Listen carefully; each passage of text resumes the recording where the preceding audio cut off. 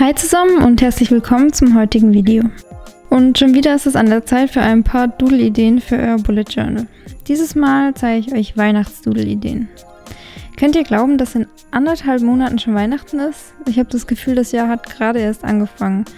Aber mit allem, was dieses Jahr passiert ist, bin ich gar nicht so traurig darüber, dass es schon fast vorbei ist. Ich bin auch schon seit circa 2 bis 3 Wochen ziemlich in Weihnachtsstimmung, was echt komisch ist, weil ich normalerweise eher eine der Letzten bin.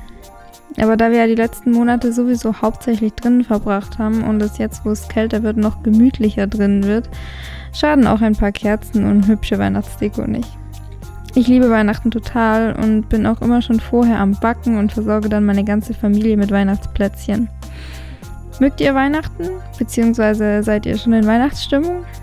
Wenn nicht, hoffe ich, dass ich euch dann auch mit meinem Dezember Bullet Journal Setup nächste Woche im Weihnachtslook abholen kann. Ich bin mir allerdings noch nicht ganz sicher, ob ich meinen Dezember Bullet Journal Setup mit Wasserfarben machen will oder wie immer mit meinen Crayola Super Tips Markern.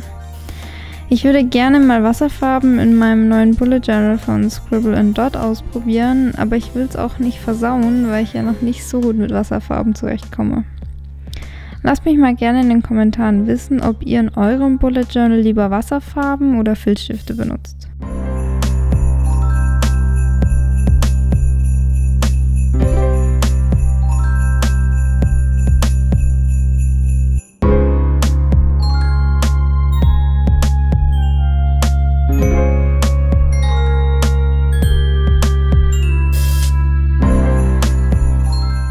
Ich hoffe, euch hat mein Weihnachts-Doodle-Ideen-Video gefallen und ein bisschen inspiriert.